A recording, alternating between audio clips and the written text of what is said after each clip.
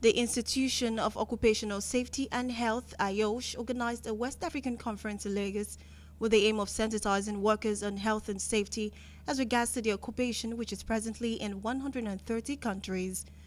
The theme of the conference, Working Together to Beat Occupational Cancer, brought to limelight the exposure at work to carcinogenic substances, which is one of the biggest causes of avoidable cancer in adults.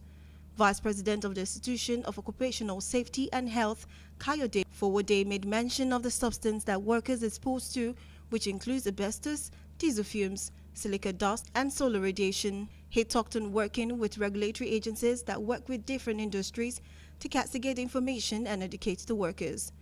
Fumi Adegbola, West Africa Consult for IOSH, said the campaign is to shape the occupational health and safety framework, also to support with the government policy and its building competency. We have 6 priority areas, which occupational cancer is one of the key areas where we actually want to prevent globally.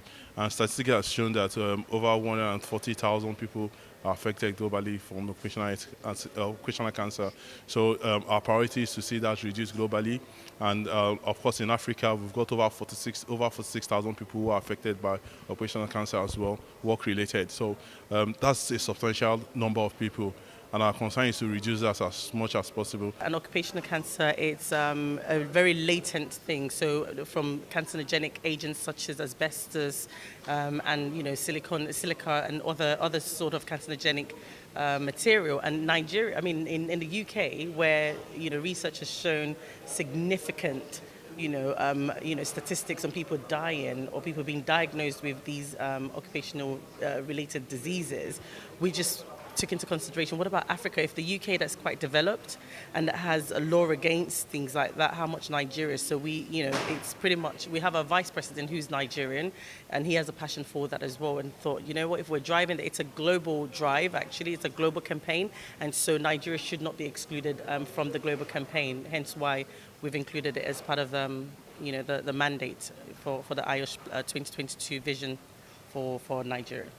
Director General Total Workplace Safety Management System Limited, Hakeem Dixon, advised workers, speaking from the Constitution, to always ask employees about their rights as workers, advising employees to sensitize workers on their health and safety rights.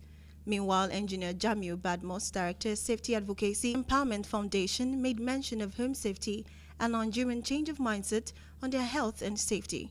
Speaking with Alan Stephen, Head of Strategic Engagement, IOSH, he talked more on the carcinogenic substances and strategies in which IOSH should be sensitizing Nigerians and creating awareness about their right to health and safety. The day you've been employed, you need to go through sensitization, you need to go through a little bit of training. You need to be giving look, I'm going to be employed here, what are my rights under health and safety? But if you don't ask for all those things, or the company is not giving to you, then you can report to Lagos State Safety Commission or the federal government or any other agency that can report to, so you'll be able to be aware of your rights on health and safety. Safety begins at home, charity begins at home. All of us need to start changing our mindset, our culture, towards believing that there's a need for us to go to work and there's a need for us to come back and meet our family. Because if we go to work and safety is not done, we don't get to see our family. We need to start thinking that cut life short, and it's good for us to be patient so as not to be a patient, and that is the message for us in West Africa. So we know that if we can work with the people here on the ground to raise awareness of those 4 key contributors towards workplace cancer, we can make a tremendous difference for the people of West Africa. Okay, thank you. It was estimated that 46,500 people die each year in Africa as a result of these exposures, and about 140,000 persons are affected globally.